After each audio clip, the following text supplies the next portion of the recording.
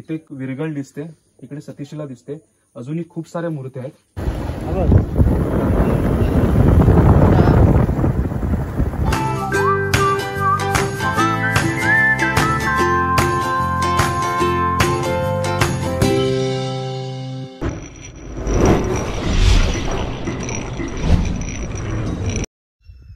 नमस्कार मित्रांनो, मी सुतेश. पुन्हा एकदा नवीन व्हिडिओमध्ये तुमचं सहर्ष स्वागत. मित्रांनो, मागच्या व्हिडिओमध्ये मी म्हटलं होतं की कोकणातील रायगड जिल्ह्यातील श्रीवर्धन तालुक्यामधील काही अनएक्सप्लोर प्लेसेस आहेत आणि ते अनएक्सप्लोर प्लेसेस लोकांना खूप कमी परिचयाचे आहेत. सो आपल्या चॅनलच्या मार्फत ते मी दाखवण्याचा प्रयत्न करणार आहे. अशाच एका प्लेसेसला मी आलो आहे. ते प्लेस म्हणजे श्रीवर्धन तालुक्यातील देवखोलमधील कुशमेश्वर देवस्थान.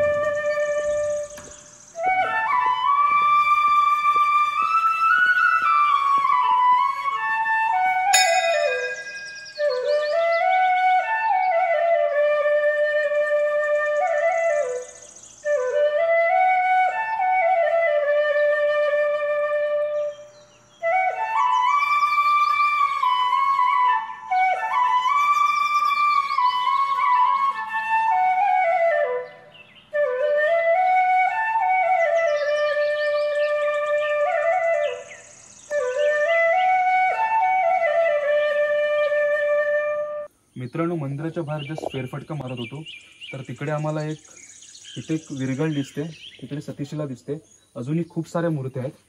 आता विरगळ म्हणजे नेमकं काय हे तुम्हाला सांगतो. इकडे तुम्ही पाहताय एक वीर युद्धामध्ये मृत्यू पावलाय, त्याला वीरमरण आलंय, त्यानंतर त्याला मोक्षप्राप्ती झाले, हे मोक्षाचं चिन्ह आहे. इकडे तुम्ही बघताय सूर्य आणि चंद्र. याचा नेमका अर्थ म्हणजे जोपर्यंत सूर्य आणि चंद्र आहे तोपर्यंत त्या वीराची कीर्ती तेवत राहील. त्यानंतर त्याच्या पश्चात पहिल्या काळामध्ये पत्नी सती जायच्या, तर ही एक सतीशिला आहे. आता सतीशिला म्हणजे नेमकी काय हे सांगतो. सतीशिला ओळखायची असेल तर कशी ओळखायची ते बघा. इथे हात दिलाय, डावा हात पूर्ण असं वाकलाय, असं जिकडे असेल तर ती सतीशिला असते. मगाशी म्हटल्याप्रमाणे त्या वीराला वीरमरण आलंय, त्यानंतर त्याला मोक्षप्राप्ती झाले, पण ते वीराच्या पश्चात जेव्हा सती जायची त्याची पत्नी, तर ते मेन्शन केलं बघा, त्याला वीरमरण आलंय, त्यानंतर त्या वीराची प्रेत मिरवणूक चाललंय. इकडे तुम्हाला हात दाखवलाय, या हातावरती पण इकडे बांगड्या आहेत, इकडे सुपारी मेन्शन केलंय. त्यानंतर त्यांना स्वर्गप्राप्ती झालंय. मगाशी सांगितल्याप्रमाणे ह्या दोघांना मोक्ष प्राप्त झाला म्हणून हे मोक्षाचं चिन्ह आहे. आणि त्या दोघांची कीर्ती सूर्याप्रमाणे आणि चंद्राप्रमाणे अखंड तेवत राहील म्हणून हे चिन्ह आहेत. इकडे बघताय त्या दोन आहेत, म्हणजे एक पुरुष म्हणजे जो वीर आणि त्याची पत्नी, हे स्वर्गामध्ये आहेत. हे स्वर्गामध्ये देवाला नमन करतात. परत तिकडे त्यांना मोक्षाचं चिन्ह दाखवतंय.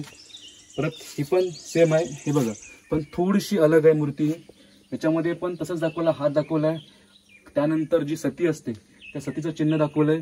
ती सती कोणत्या तरी म्हणजे देवता असेल, मग शंकर असेल, त्या शंकराची पूजा करते. त्यानंतर त्यांना मोक्ष प्राप्त झालाय. चंद्र आणि सूर्याप्रमाणे त्यांची कीर्ती अपार राहते म्हणून चिन्ह मेन्शन केलंय. अजून एक मूर्ती सापडली. इकडे गणपती बाप्पाची एक मूर्ती आहे, थोडीशी भग्न झालेली अवस्था आहे, पण कोरीव काम केलं त्याच्यावरती. इकडे वरती बघताय एक देवता आहे, देवीचं रूप आहे इकडे. परत वरती तुम्हाला तोफ दिसते. खरंच खूप छान मूर्ती आहे. त्यानंतर अशा खूप साऱ्या मूर्त्या आहेत. आता इकडे पण तुम्ही या, इकडे पण बघताय खूप जुन्या मूर्त्या आहेत. खूप जुन्या म्हणजे आय थिंक मागे मी एकदा ऐकलं होतं की ह्या मूर्त्या सगळ्या तलावामध्ये सापडल्या होत्या. इकडे तुम्ही बघताय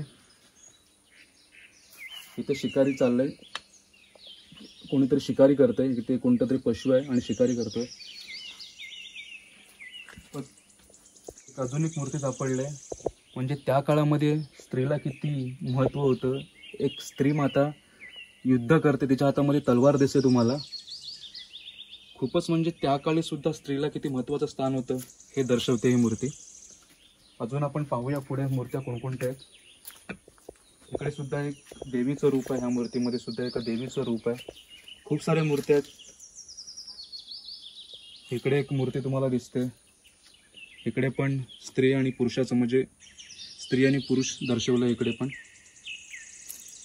अजून एक आपल्याला एक मंदिराचं एक खांब सापडलं इकडे, पूर्ण दगडाकृती खांब आहे. त्याचा आकार बघा किती मोठा आहे आणि त्याच्यावरती केलेलं नक्षीकाम तुम्ही बघा. त्यावेळी कोणतीही साधनं नसताना सुद्धा ते केलेलं काम किती अणकुचीदार आहे, किती भारी आहे. हे खांब बघा, परत हा केलेला चौकोन बघा. त्यावेळी कोणती साधनं नसताना कसं काय केलं असेल.